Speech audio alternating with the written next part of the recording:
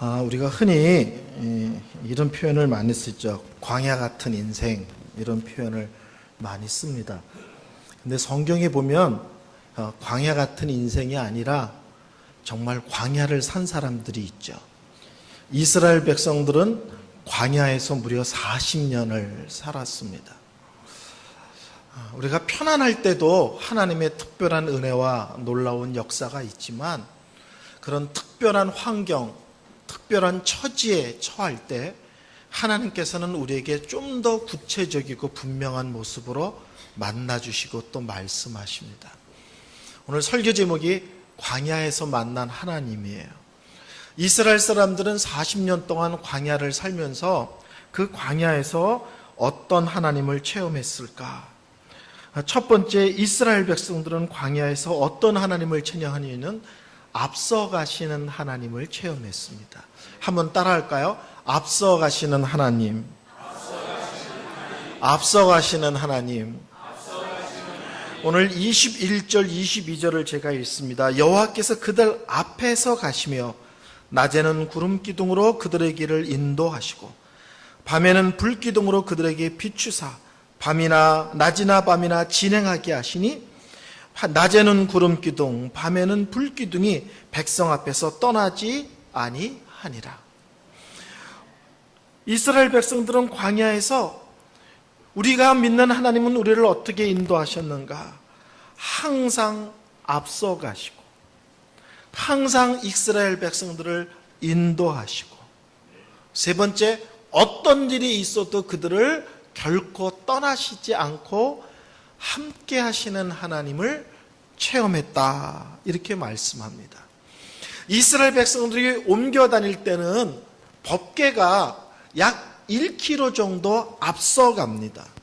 1km 정도 앞서가는 이유가 여러 가지 이유가 있죠. 그 중에 하나는 하나님이 우리를 인도하신다 하는 걸 보여주는 거예요. 1km 정도 앞서가는 이유는 뭐냐면, 바짝 붙어가면 앞 사람들에게 법궤가 안 보이거든요. 그러니까 멀리 떨어져 있어야 저 뒤에 있는 사람들도 법궤가 보입니다. 광야길에서 법궤가 앞에 가면 이스라엘 사람들은 법궤가 저기에 있구나, 법궤가 절로 가는구나, 이렇게 생각하지 않고 뭐라고 고백하냐면, 하나님께서 친히 앞에서 우리를 인도하시는구나. 아멘. 이스라엘 백성들이 옮겨 다닐 때 항상 하나님께서는 법궤를 먼저 앞세우고 이스라엘 백성들을 따르게 하셨다고요. 그래서 항상 앞에서 인도하시고 앞서 가시는 하나님인 것을 확인케 하셨습니다. 우리 하나님은 언제나 우리가 생각하는 것, 우리가 기대하는 것, 우리가 계획한 것보다 앞서 준비하시고, 앞서 계획하시고, 앞서 좋은 길을 열어주시는 하나님이십니다. 그런 하나님 체험해 보셨죠? 내가 생각한 것보다 하나님은 더 좋은 것 주시고, 내가 기대한 것보다 더 놀라운 길로 인도하는 하나님 체험해 보셨습니까? 저는 10년 동안 미국 샌프란시스코라는 곳에서 목회를 했습니다. 근데 제가 타고 다니던 차가 너무 오래돼서 새 차를 사지 않으면 안 될 이제 그런 문제가 생겼어요. 근데 저희 집사람하고 제가 이제 기도한 차가 있는데, 그 차는 토요타라는 메이커의 캠리라는 차예요. 미국 사람들이 되게 좋아합니다. 왜냐면 고장이 없어서 중고차 가격이나 새차 가격이나 차이가 별로 안 나요. 팔 때도 가격을 제값받고 잔고장이 없고, 그래서 미국 사람들이 캠리를 너무 좋아합니다. 그래서 하나님은 저희들도 토요타 캠리 사게 길을 열어주세요.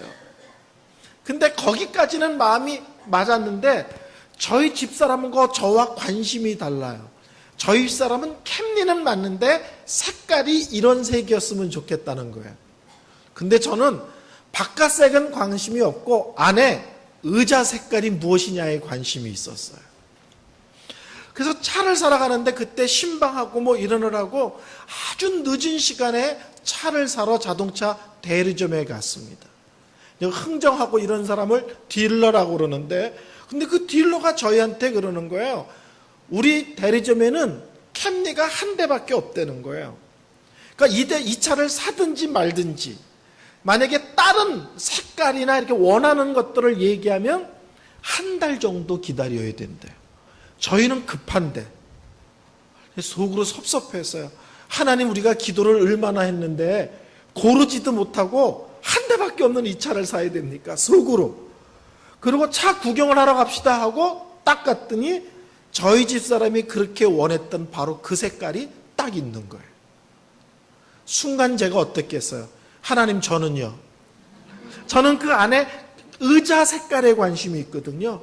계속 물어봤어요. 그 의자 가죽 시트를 내가 원하는 걸로 해줄 수 있느냐 그랬더니 그 딜러가 하는 얘기가 그 안에 의자는 색깔은 정하는 게 아니라는 거예요. 나올 땐 천으로 나오는데 천으로 된 의자를 탈 거냐 가죽을 씌울 거냐만 정하는 거지, 색깔은 차 안에 인테리어가 있잖아요. 차 안에 내부 색깔, 그 색깔에 따라서 의자 색깔은 자동으로 정해졌다는 거예요. 그러니까 천으로 된 의자를 탈 거냐 가죽으로 탈까만 정하지 색깔은 정하는 게 아니래요. 그래서 제가 할 수 없이 그냥 가죽으로 해주세요. 그랬더니 가죽 씌우는데 3일 뒤에 오라는 거예요. 미국 사람들은 되게 느리거든요. 그래서 3일 뒤에 딱 갔더니요, 깜짝 놀란 거예요. 제가 원하는 그 가죽 색깔의 의자가 딱 돼 있는 거예요. 우리 하나님은 우리가 생각하고 기대하는 게 뭔지를 알아서 미리 인도하시고 미리 예비해 주시는 하나님이십니다. 차를 이제 끝에 가서 흥정을 해야 되는데요, 미국은 신용도에 따라서 이자가 천차만별이에요. 은행 신용이 많으면 좋으면 이자가 한 푼도 없습니다. 무이자로 차를 줘요. 근데 신용이 나쁘면 이자가 상상 초월하게 올라갑니다. 근데 저는 미국에 간 지 얼마 안 되기 때문에 신용이라는 것 자체가 없어요. 그러니까 엄청 비싼 이자를 주고 차를 사야 되는 거예요. 이제 차 흥정을 하고 이제 끝에서 사인하고 이런 마무리 일이 남았는데 갑자기 2층에서 그 자동차 파는 대리점에 최고 높으신 분이 내려오면서 여기 이은성 목사님 오셨습니까? 그리고 내려오는 거예요. 근데 문제는 제가 그분을 한 번도 본 적이 없습니다.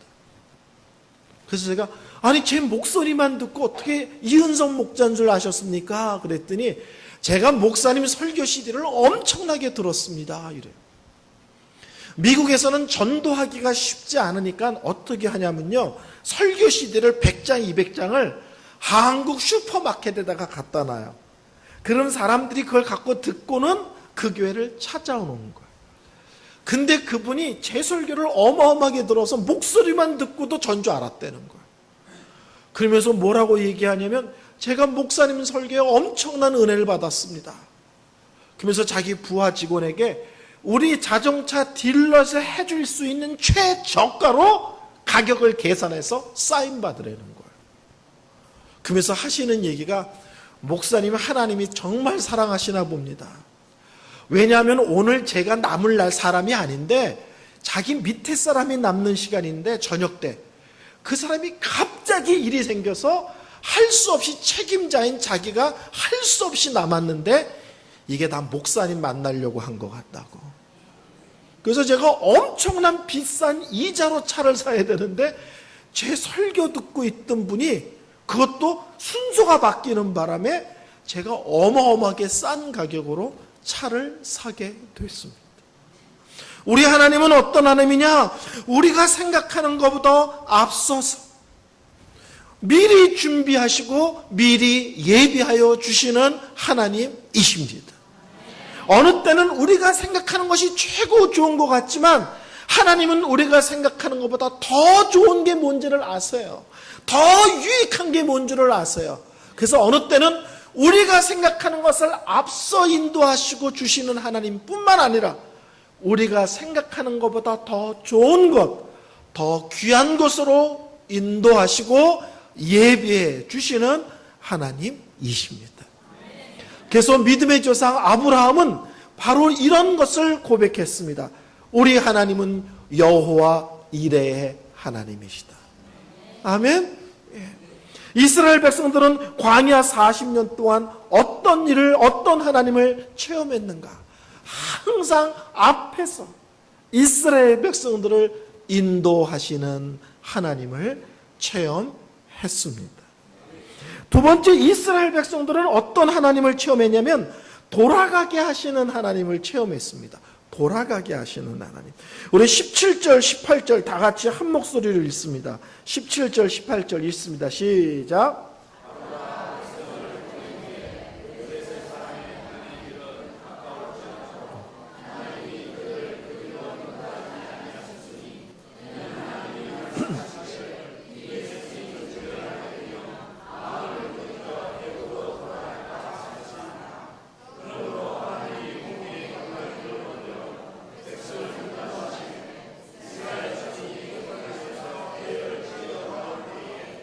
무슨 말씀인지 아시겠어요?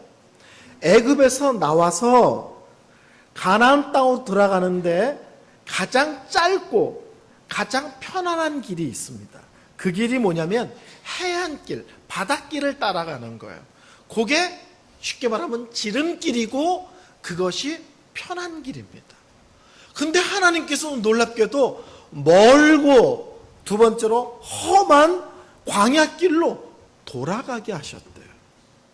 왜 돌아가게 하셨느냐? 오늘 성경에는 그 해안길에 블레셋 사람들이 있었기 때문이라는 거예요. 성경에 보면 블레셋 사람들은 아주 이스라엘을 집요하게 괴롭힌 아주 강한 나라입니다. 그러니까 애굽에서 나오자마자 지름길이고 편한 길로 가려면 그 시대에 아주 강한 나라 중에 하나인 블레셋과 일단 전쟁부터 해야 되는 거예요. 그러니까 애굽에서 나오자마자 전쟁부터 해야 되는 거예요. 근데 하나님이 블레셋 사람과 전쟁부터 하라 그러면 이스라엘 사람들의 그때의 영적 상태가 어떠냐면 하나님이 승리를 주실 거다. 하나님이 분명히 우리를 이기게 하실 거라고 싸우는 게 아니라 분명히 야 우리 돌아가자. 그러고는 전부 다 애굽으로 돌아갈 것을 아셨다는 거예요. 이스라엘 사람들의 믿음의 수준이 하나님 믿고 블레셋 사람과 싸우기보다는 이럴 바에는 애굽으로 돌아가자고 난리칠 것을 아시고 멀지만 그리고 험하지만 광야길로 돌아가게 하셨다는 거예요. 혹시 젊으신 분들 박하사탕이란 영화 아세요? 박하사탕이란 영화가 있는데 유명한 영화배우 설경구라는 배우가 주연한 배우입니다. 그 박하사탕이라는 영화가 어떻게 시작하냐면 설경구라는 배우가 철길에 서 있어요. 근데 기차가 맞은편에서 와요. 영화 시작이에요. 남자 주인공이 기찻길에 서 있고 맞은편에서 기차가 달려오는데 이 설경구라는 배우가 손을 이렇게 벌리고 소리를 지르므로 영화가 시작돼요. 나 돌아갈래! 이러면서 영화가 시작돼요. 별로 감동이 없으시네. 무슨 말인지 아시겠죠? 애굽에서 나왔는데 쉽고 편한 길로 가려면 블레셋과 전쟁을 해야 되는 거예요. 하나님께서 보실 때 그러면 이스라엘 백성들이 전체가 손을 벌리고 나 애굽으로 돌아갈래! 할 것을 아셨다는 거예요. 그래서 힘들고 멀지만 광야길로 돌아가게 하셨다는 겁니다. 성도 여러분, 우리 하나님은 우리의 믿음의 수준과 체질을 아세요. 그래서 편한 길이 다 좋은 길은 아닐 수가 있습니다. 지름길이 다 형통한 길이 아닐 수가 있어요. 하나님 똑같이 기도했는데 저 사람은 왜 이렇게 인도하시고 왜 나는 이렇게 인도하십니까? 하나님이 저 사람은 특별히 사랑하고 나는 덜 사랑하는 게 아니에요. 내 믿음이 어떤지, 내 형편이 어떤지, 내가 그것을 감당할 수 있을지 하나님께서 다 아시고 각각 사람에 맞도록 그 길을 인도하신다는 사실입니다. 어떤 사람은 꽃장 가게도 하시지만 어떤 사람은 돌아가게도 하시고 어떤 사람은 막 지그지그로 가게도 하시고. 왜 그러실까? 각 사람의 믿음과 형편과 영적 체질을 알기 때문에 그렇습니다. 제가 작년에 해운대에 있는 한 교회에 목사님이 이제 중국으로 단기 선교를 가셔서 주일 낮 설교를 맡아서 설교를 하게 됐어요.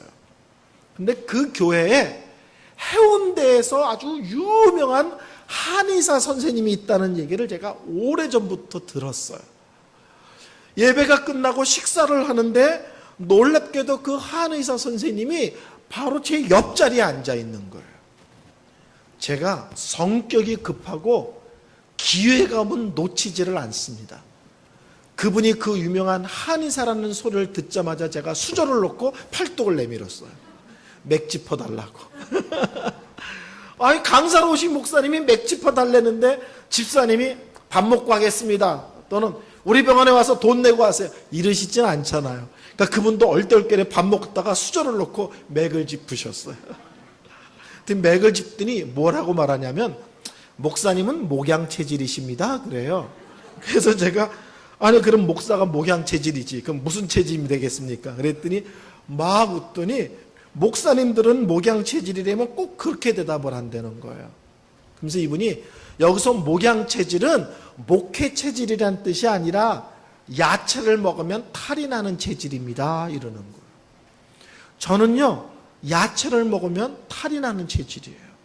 그래서 저는 저랑 잘 모르는 사람과 고깃집에 잘 안 갑니다. 왜냐면 고깃집에 가면 쌈을 싸 먹잖아요. 막 쌈을 싸서 뭘 얹어서 이렇게 먹으면 저는 그 사이에 고기가 석점이 들어가요. 그러니까 모르는 사람이 보면 야 목사가 고기를 너무 밝힌다. 지 입밖에 모른다. 어떻게 한 점 먹는데 지 입으로 3점 들어가냐? 그게 아니고요. 야채를 싸서 먹으면 탈이 나기 때문에 고기만 집어 먹다 보니까 속도가 빠를 뿐이에요. 제가 그 얘기를 했어요. 저는 고깃집에 가서 쌈을 싸 먹으면 탈이 납니다. 그랬더니 목양 체질이라 그렇습니다. 근데 목양 체질은 잎을 먹으면 안 되고 뿌리를 먹어야 된대요. 그러니까 고기 먹을 때 무 이렇게 얇게 쓸어서 나오죠. 잘 모르세요? 무 이렇게 동그랗게 쓸어 나오잖아요. 무, 양파 채 써서 간장에 볶아 먹죠. 그러니까 그분이 뿌리 쪽을 싸 먹는 건 괜찮대요. 양파, 당근, 무. 근데 잎 쪽을 먹으면 안 된다는 거예요. 제가 30대에 분이엘이라는 교회에 부목사를 했어요. 분이엘 교회 아세요? 제가 거기 부목사를 했어요. 근데 그때 한국 교회에 녹즙 먹는 게 유행하던 시절이 있었습니다. 녹즙. 그래서 그때 새벽 예배가 끝나면 그 관리 집사님이 목회자, 전도사부터 담임 목사님까지 컵에다 이름을 다 써서 새벽 예배 끝나면 밑에 녹즙을 쫙 늘어놨어요. 한 장씩 들이키고 이제 집에 가라는 거예요. 새벽 예배 끝나고. 그거를 먹고는 모든 목회자가 살이 빠졌다, 몸이 가벼워졌다 난리가 났는데요. 죄송합니다. 더러운 얘기할게요. 저는 그거 먹고 한 달 동안 물설사를 했어요. 그래가지고 그냥 이렇게 돼가지고 아주 거의 피골이 상접해졌어요. 제가 그분한테 그랬어요. 제가 녹즙 먹고 죽을 뻔한 적이 있습니다. 그랬더니 펄쩍 뛰는 거예요. 목사님한테는 녹즙은 독약입니다. 다른 사람한테는 보약일 수 있는데 저는 그게 체질에 안 맞아서 그거 먹으면 큰일 난다는 거예요. 참 신기하죠. 똑같은 음식인데 어떤 사람에게는 살이 빠지고 몸이 가볍고 뭐가 좋아졌는데 어떤 사람은 그거 먹었고 죽을 뻔했다는 거예요. 음식도 다 체질마다 다르게 반응합니다. 우리 하나님께서는 우리의 형편, 우리의 처지, 내 믿음의 수준, 내 요새 영적 상태 그거를 다 아시고 거기에 맞춰서 각각 다르게 인도하십니다. 어떤 분은 지름길로, 어떤 분은 멀리 돌아가게 하십니다. 멀리 돌아갈 때 원망하지 마시고 돌아가게 하시면 돌아가게 하실 이유가 있기만. 먼 시간을 들여서 그 길을 걷게 하시면 걷게 하실 이유가 있구나 믿고 걸어가시는 성도님들 되시기를 바랍니다. 제가 전도사 시절에 의정부에서 전도사를 했어요. 근데 저희 교회에 아주 탁월한 집사님 한 분이 계셨어요. 근데 이분은 어떤 분이셨냐? 저한테 얘기하기를 옛날에 예비고사라는 게 있었죠. 요새는 학력고사 뭐 이런 예비고사가 있는데 얼마나 공부를 잘했는지 이분이 예비고사를 치면 전국에 수석이냐 차석이냐 할 정도의 사람이었다는 거예요. 그리고 서울대학을 들어가면 1등으로 들어가느냐 2등으로 들어가느냐 그 정도를 공부를 잘하는 분이셨대요. 근데 이분이 대학을 3번을 내리 떨어진 거예요. 학교에서도 이해를 못하고 자기도 이해가 안 되는 거예요. 근데 이유는 있어요. 이분이 예배고사만 치러 가면 막 어지럽고 손이 떨리고 심장이 뛰어가지고 도대체 문제에 집중을 못하는 거예요. 막 배가 뒤틀리고 아프고 막 온몸이 난리가 나가지고 그래서 시험을 치러 가기만 하면 그냥 시험지에 집중을 못하는 거예요. 평소 실력은 전국 1등이냐 2등이냐인데 실제로 시험을 치면 떨어지는 거예요. 그래서 이분이 서울대학을 3번을 떨어진 거예요. 떨어지니까 군대 갈 문제가 생겼습니다. 옛날에는 대학이 1차 대학, 2차 대학 이런 게 있었잖아요. 그러니까 이분이 군대를 가야 되는데 대학에 적도 없이 군대 가기가 그래서 그냥 2차 대학에 시험을 쳤더니 뭐 당연히 붙죠. 이분이 뭐 서울대 1등이냐 2등이냐를 노리던 사람이니까. 그래서 2차 대학을 붙고 나서 바로 군대를 가버린 거예요. 군대 갔다가 오니까 나이가 너무 많아서 다시 서울대 치기는 너무 힘들어서 그냥 그 대학을 쭉 다녔다는 거예요. 2차 대학을 다녔으니 이분이 그 학교에서 막 날고 겪겠죠. 막. 그러니까 학교 전체가 이 사람을 주목하는 거예요. 너무 탁월하니까. 그래서 학교에서요, 이 사람을 미국으로 유학 보내가지고요, 불러다가 학교 교수를 시켰어요. 이분이 저한테 뭐라 그러냐면, 서울대 가려고 그랬는데 하나님이 3번 떨어뜨리시더니 내 돈 한 푼 안 들이고 유학 갔다 오게 하시고 대학 교수가 되는 길로 열어놓으셨다는 거예요. 그러면서 뭐라고 말하냐면 서울대학 3번 떨어진 게 그때는 죽을 것 같았는데 지금 돌아보면 그게 다 복이었다는 거예요.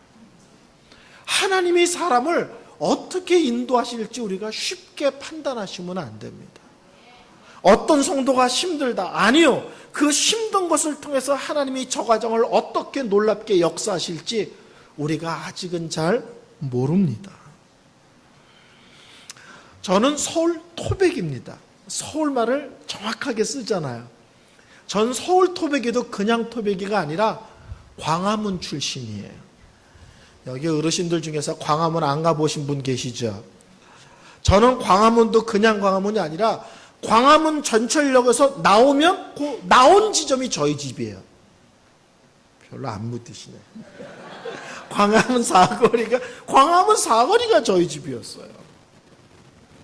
근데 저희 집이 망해가지고 저희가 이제 다른 데 들어가 살았는데, 근데 그 동네에서 제가 예수를 믿었는데 저희 동네는 사방 10리 안에 교회가 딱 하나밖에 없어요. 사방 4km 안에 교회가, 시골이니까 딱 하나밖에 없어요. 근데 제가 대학을 들어갈 쯤 됐을 때는 저희 교회 담임 목사님이 안 계셨어요. 그래서 제가 20살 때부터 설교를 했어요. 어른 설교를. 고등학교 1학년 때부터 학생의 설교를 했어요. 제가 학생의 전도사님이 없어서 고1 때부터 제가 설교를 해서 학생들을 지도했어요. 참 옛날 얘기죠. 그러니까 제가 목사님이 안 계시고 시골에 교회 하나밖에 없으니까 어떻게 해야 목사가 되는지를 제 주위에 알려주는 분이 한 분도 안 계셨어요.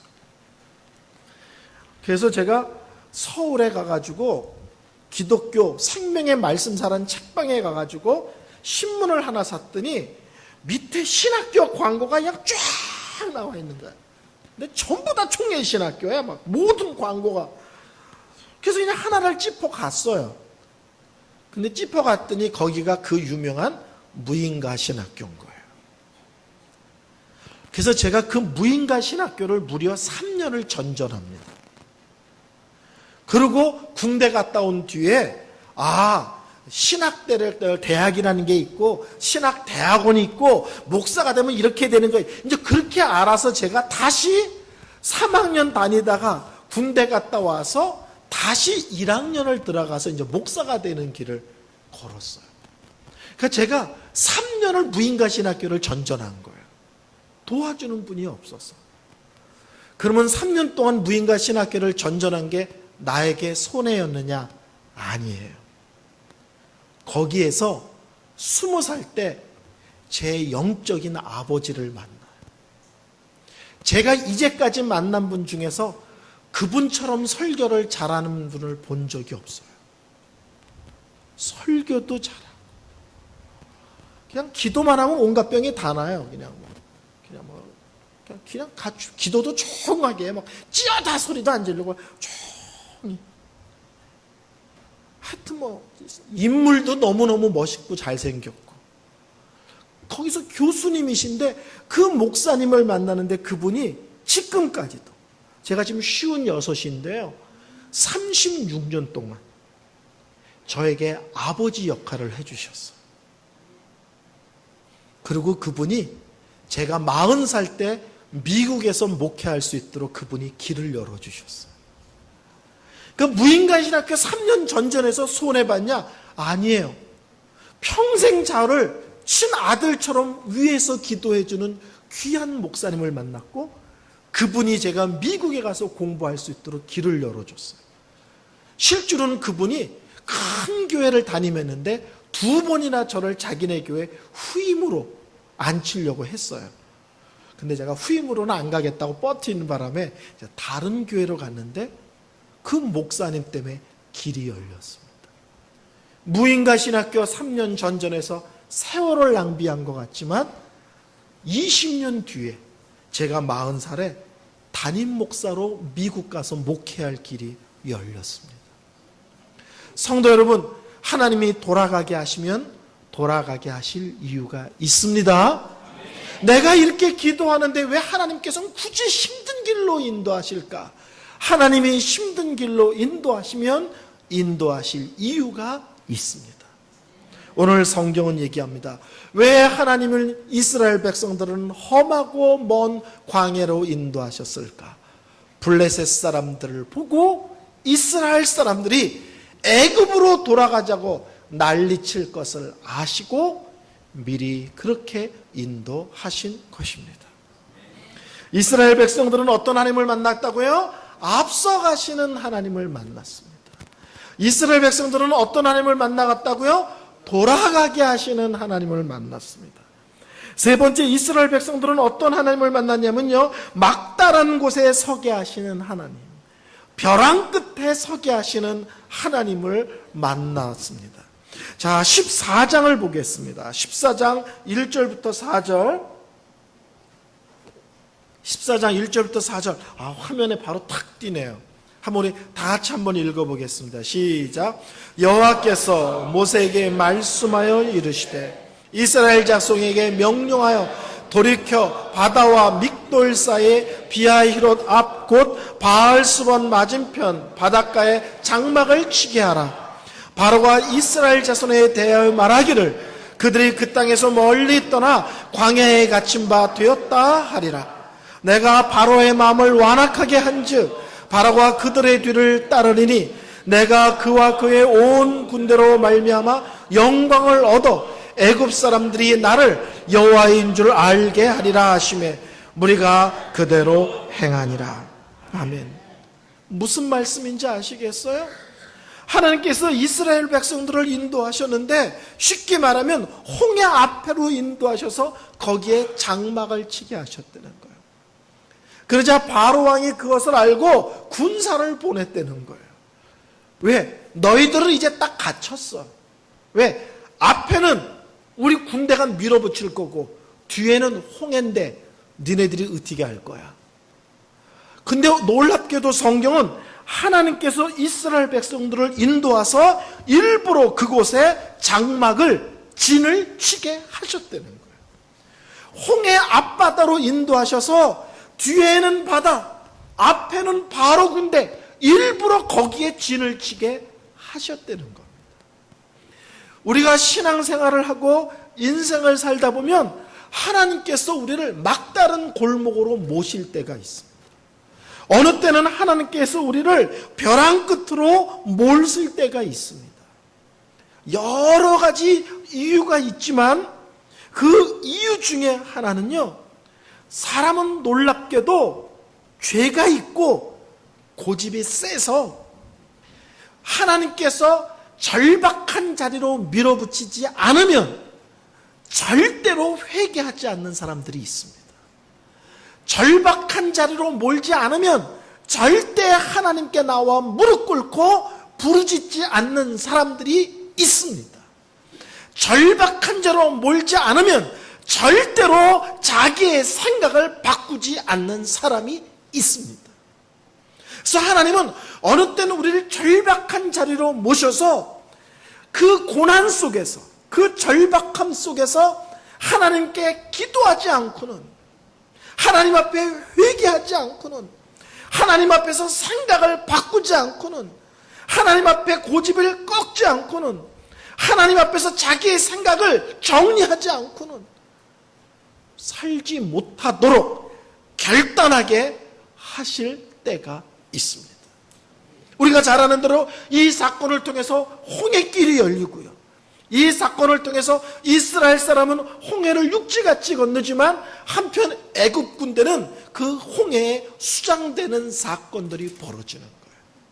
그래서 이 사건을 통해 하나님은 두 가지를 하길 원하는 거예요. 그게 뭐냐면, 첫째는 이 사건을 통해서 홍해를 건너므로, 기적같이 홍해를 건너므로 이제 애굽에 대한 미련을 끊어 하는 의미가 있고요, 또 한편으로는 애굽 군대가 그 물속에 수장되는 것을 통하여 애굽뿐만 아니라 주위에 있는 많은 나라들에게 이스라엘의 하나님이 얼마나 크고 놀랍고 위대하신지를 다시 한번 만천하에 드러내기를 원하셨던 것입니다. 성도 여러분, 우리가 신앙생활을 하다 보면 하나님께서 우리를 코너로 탁 모실 때가 있어요. 저도 인생을 살다 보면 그럴 때가 있는데요, 그때마다 아주 딱 저는 말씀을 딱 고백합니다. 말씀을 딱 고백합니다. 고린도전서 10장 13절에 보면, 사람이 감당할 시험 받기는 너희가 당한 것이 없나니 오직 하나님은 미쁘사 너희가 감당치 못할 시험을 허락하지 아니하시고 시험 닿을 즈음에 피할 길을 내사 너희로 능히 감당하게 하시느니라. 벼랑 끝에 섰어요. 막다른 골목에 섰어요. 이러지도 못하고 저러지도 못해요. 그럴 때 저는 제 형편을 보고 낙심하고 좌절하고 원망하지 않고 하나님 말씀을 기도할 때마다 읊으며 기도합니다. 감당할 시험 외에는 하나님이 주시지 않는다고 하셨죠? 그러면 이거 감당하는 거 맞죠, 하나님? 두 번째, 피할 길 주신다고 성경 기록되어 있죠, 하나님? 때가 되면 분명히 피할 길 주실 거죠? 아멘? 저는 심각한 문제가 생겼을 때 문제를 들여다보고, 하나님 큰일 났습니다, 잘못하면 망합니다, 나 죽습니다, 이렇게 기도하지 않아요. 하나님 성경에 감당치 못할 시험은 허락하지 않는다 하셨으니 이 어려움을 허락하신 것은 감당할 수 있는 것이니까 허락하신 거죠. 믿음 가운데 있으면, 하나님 바라보고 있으면 감당하시는 거 맞죠? 피할 길 주신다 했으니 피할 길 주시는 거 맞죠? 저는 말씀을 읊어가며 그 말씀으로 하나님께 고백하며 기도합니다. 전 두 번째로는요, 우리 하나님은 자녀들에게 최고의 것과 최상의 것만 주시는 하나님이세요. 우리 하나님이 우리에게 주시면 사랑하는 자녀이기 때문에 최고의 것을 주신다고 믿습니다. 그리고 지금 하나님이 주실 수 있는 최선의 것을 주신다고 믿습니다. 그러시죠? 자녀들한테 어떠세요? 아무거나 먹어. 그냥. 엄마 상한 거 먹어도 안 죽어. 그냥 먹어. 이런 분 계세요? 냉장고에서 못 꺼내. 야, 그거 오래됐다 먹지 마라. 아까도 먹지 마, 탈락. 그러시죠? 안 그러세요? 그냥 먹어, 그래요? 곰팡이 난 거 먹다가 안 죽어, 그래요? 펄쩍 뛰잖아요. 펄쩍. 전에는 아이가 셋인데 큰애가 29, 둘째가 28, 막내가 26이에요. 근데 이제 아들이 결혼을 해요. 아들이. 나를 잡았는데, 이제 저는 이제 다 미국에 살다 왔으니까 아들이 미국에 있는데 이제 결혼도 미국에서 하죠. 근데 사돈이 미국에 살아요. 상견례를 해야 되는데 동영상으로 했어요. 인사하는데 미국 갔다 오기가 좀 그래서 이거 컴퓨터 걸어놓고 안녕하십니까? 그러고 한참 있으면 그쪽에서 예 안녕하십니까? 이러고 인사. 되게 웃겼어요.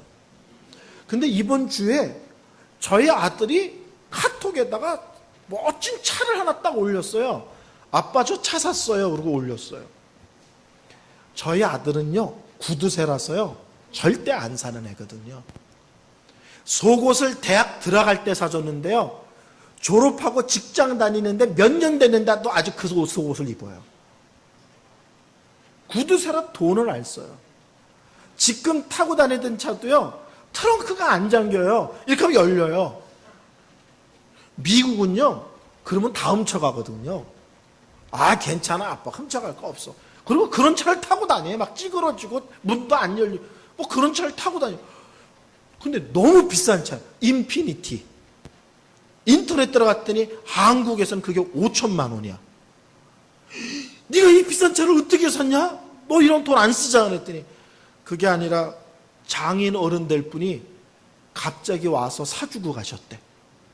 왜 그랬더니 그 전주에 장인 장모 될 집에 놀러를 갔는데 주일날 교회를 데려갔나 봐요. 그러니까 이제 기분이 좋으니까 우리 사익감이야 그랬는데 교회가 난리가 났다는 거예요. 애가 저 닮아서 잘생겼거든요.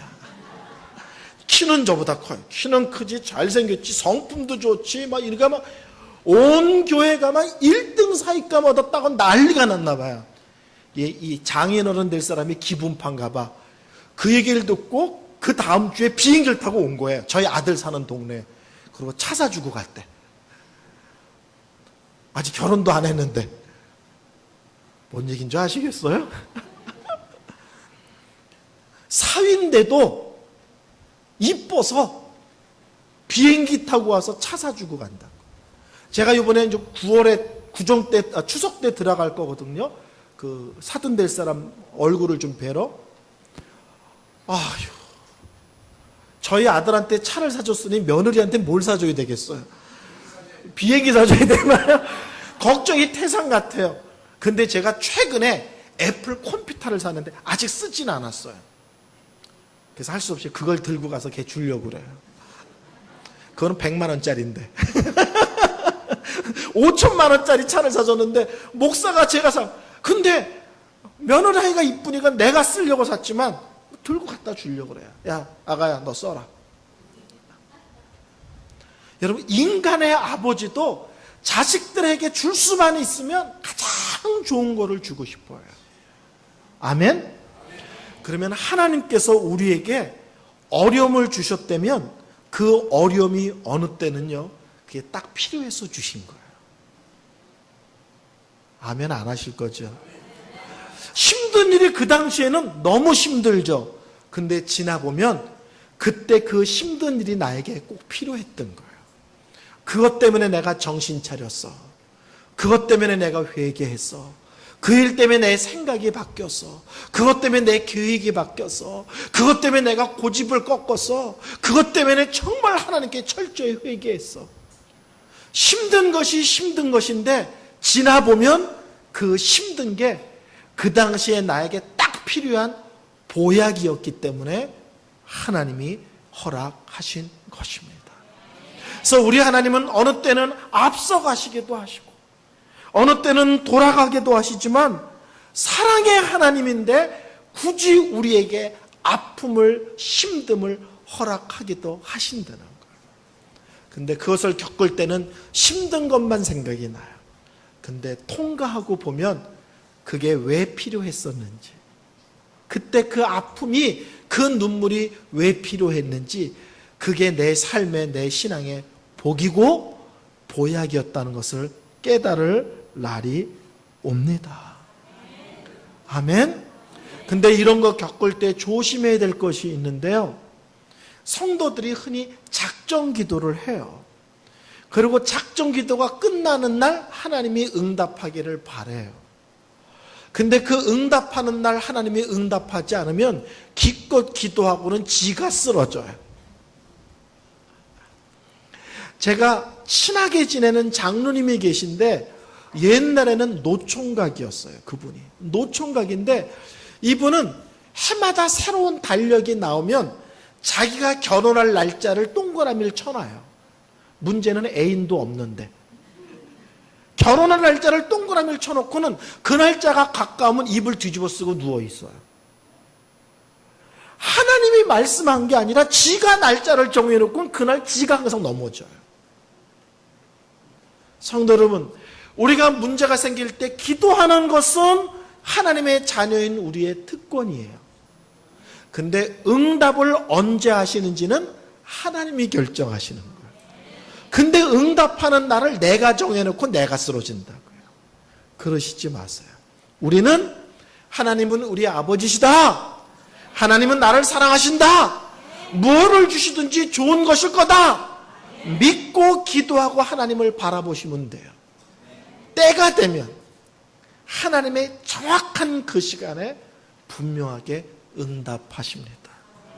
그래서 내가 정해놓고 내가 넘어지지 마시고 하나님의 자녀인 우리는 기도하는 것은 우리의 특권이고 응답하는 날짜를 정하는 것은 하나님의 권한이다. 그래서 느긋하게 바라보면서 믿음의 어려움과 고난들을 감당해내시는 모습들 되시기를 바랍니다. 설교를 결론 내리겠습니다.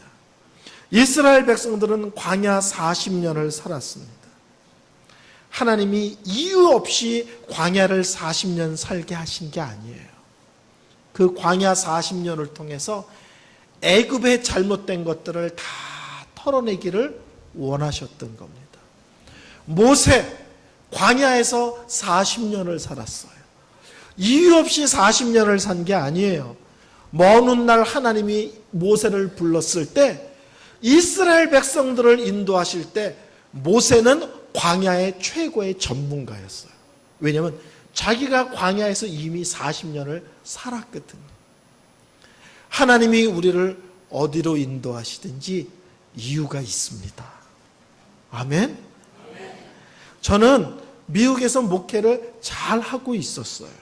잘하고.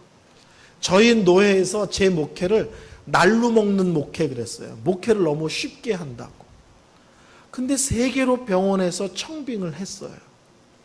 제 주에서 다 반대했어요. 담임 목사 하던 사람이 기관 목회를 왜 해? 그랬다고. 담임 목사 하던 사람이 기관 목회를 왜 해? 잘 모르시죠? 목사들 세계에서는요, 담임 목사가 아니면 상대를 안 해줘요. 기관 목회도 뭐 큰 단체의 목사다 그러면 그러지만 조그만 단체의 기관 목사다 그러면은 아이고 갈 데 없고 청빙할 데 없어서 저런 데 갔나 보다 그래요. 세계로 병원은 부산은 알지만 부산만 벗어나면 아무도 몰라요.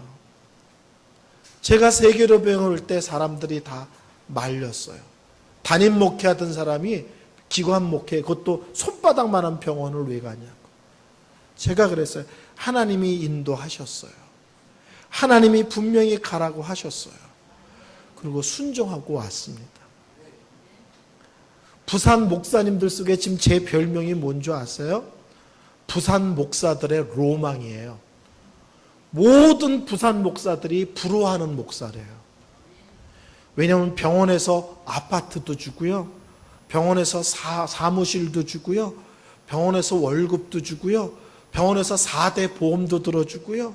연금도 들어주고요. 다 해줘요. 근데 병원에서 뭐라고 했냐면 병원 일 안 해도 됩니다. 그냥 마음 놓고 한국교회 다니면서 설교하고 돌아다니세요. 그래요. 아파트도 주고 사무실도 주고 월급도 주고 연금도 들어주고 다 해줘요. 근데 병원 출근 안 해도 되고 그냥 설교하고 돌아다니래요. 저보다 더 좋은 목사 있을까요? 세상 말로 저보다 더 팔자 좋은 목사가 없어요.